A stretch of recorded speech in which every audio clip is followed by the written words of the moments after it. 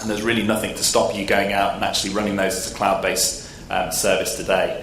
The key things that make that possible is they use low amounts of CPU time, very little in the way of memory requirements. I'm talking about the core servers here that run these applications. Storage needs are low. There's no real-time access required. And by real-time, I mean within 1/25th of a second or 1/50th of a second. So these are excellent candidate systems for virtualization and for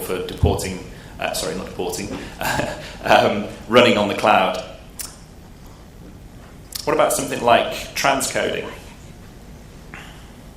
As a high consumer of physical resources, an application like transcoding is unlikely to be something that is economical to move out to the cloud. Although that said, you may actually run it as part of a wider suite of services within the cloud, where getting material in and out becomes less of an issue. But generally, this is not a service that you're going to just put out on a cloud. There is some evidence to suggest in London, for some of the big post-production houses, they are now starting to build themselves render farms and things like that. It's been going on for a number of years, but I don't really see that as being the same sort of thing. Although a lot of the similarities in terms of the business model do stack up in that kind of environment. But what about something like, for example, the MAM system? The system that actually orchestrates the movement of files in order for them to be transcoded. In many cases, these are also excellent candidates for transfer into a cloud-based platform. And in fact, even today, there are systems on the market. For example, Tata Mosaic, formerly BT Mosaic, is a media asset management system that runs in a cloud, and you interact through a browser interface. And in fact, Tata actually hosts that system for you. They host your media, and it's a complete package that they provide. So these are things that are actually available today. Foreseen is another application that allows you to do review of material in a remote environment. For me, one of the most interesting aspects is the recent sort of channel-in-a-box revolution that's happened. We had some mentions of ITX earlier on, and various other systems which are able to combine most of the major functions that we find in a broadcast chain in a single 1U chassis. But the really interesting thing for me is not what's happening in terms of, it's a 1U chassis, but it's actually the fact that that's a single piece of software that's running on an Intel x86 processor. And what does that mean? That means we can virtualize it. It means we can run it in a cloud-based environment. One of the key things that sort of screams out straight away is, well, how do we get our SDI in and out? Well, that's kind of irrelevant, because what we're actually looking at is the end goal. What are we trying to get out of one of these playout boxes? It's a DVB-compliant transport stream, MPEG-2, encapsulated as IP, because we want to send it to our head end, or we want to send it to our MUX.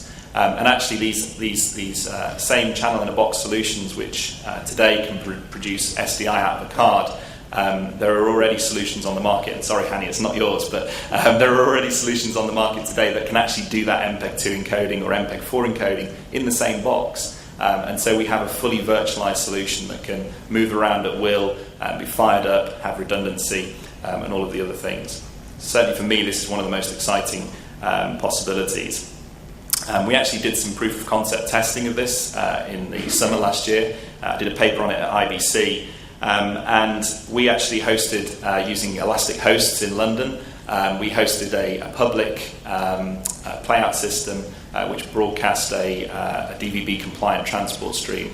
We didn't have a transponder handy to actually put it up onto a satellite, but we did decode it similar sort of distance away and prove that actually as a concept it would work. Many of the currently sort of separate functions of a broadcaster are actually combined together and merged in a channel-in-a-box solution. And when that channel-in-a-box solution can be virtualized, we can actually talk about running it in a cloud, as we were just saying. One of the first ways that I think that sort of model will be tested out is in what we would tend to refer to as a private cloud. You'll hear people referring to private clouds, public clouds, community clouds, and you'll talk about external and internal. So here we're looking at a private cloud that's internal to an organization. So they're going to host the PCs themselves, they're going to use their own data center, and their clients are going to interact with that service over a basic LAN connection. But one of the most exciting things about that kind of environment is that once you've got that into a virtual machine environment, these virtual machines are just files. And like any file on your PC, they can be copied and they can be sent somewhere else. And so it becomes incredibly easy when you're in that situation to create a disaster recovery zone. And that disaster recovery zone can be on a completely different continent. So for example, the proof of concept testing that we did in the summer, we hosted it with Elastic Hosts, who have a data center in Docklands in London, and that's where our platform was based. But they also have a data center in San Jose in California. They have a data center in New Zealand. So for very little money, we could actually have real resilience across continents and still be able to deliver that content back to the head end that we want to get it to, because the backhaul is coming over an IP channel as well. So disaster recovery for me is one of the key areas where this technology will start out from.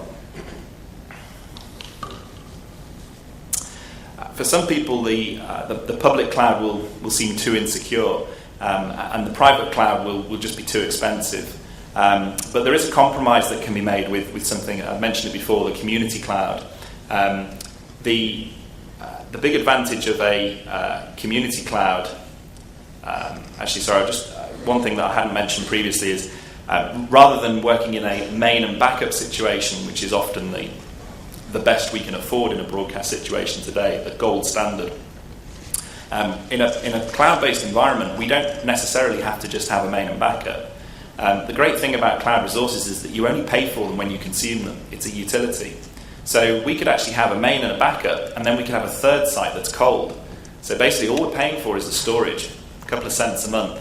And then when we need it, when our resilient site takes over from our main site, we can then bring that backup up online again. So we're back in a main and redundant situation. So again, one of the beauties, and if you're a cost-conscious broadcaster, you could actually have a redundant site sitting on a cloud that was dormant, and you should be able to fire that system up within 2 to 3 minutes of a major incident occurring. So that's a public cloud, but the community cloud is a little bit different, and I think this is probably for broadcasters one of the things that's most likely to happen. So we still have the same resilient architecture. We have resilient sites, and we have data centers in different parts of the world, and our data is protected in that way, and our service is protected in that way. But what we actually do, you'll notice on the left-hand side, we've now got 3 different clients, and those clients may actually share the cost of provisioning that service. And again, this might be an external or it might be an internal cloud. So, for example, I've given there is the BBC, because I know that they are actually looking at this at the moment. They may actually provide or provision for themselves an internal cloud that they pay for, that they fund, but then they rent that service to other people, probably not Channel 4, because I guess they're a competitor, but there might be other people that they rent those services to. And so I think that kind of model of broadcasters with similar requirements and similar expense, particularly on the disaster recovery side, I think this could be a very interesting model for doing that. Just going back to the BBC, I was talking with one of my colleagues there, previous colleagues there at IBC, and they've actually just concluded the first pilot run of a radio studio, which is running in a completely thin client environment. So basically all of the back end for that radio studio, it's one of their local studios, I can't quite remember where it is, somewhere in the UK, but all of the infrastructure for that is somewhere else. And so they're already starting to prove that concept. And actually, the big thing in those kind of environments, it's got nothing to do with bandwidth. It's all about latency. And latency becomes the key to whether you can run those things or not.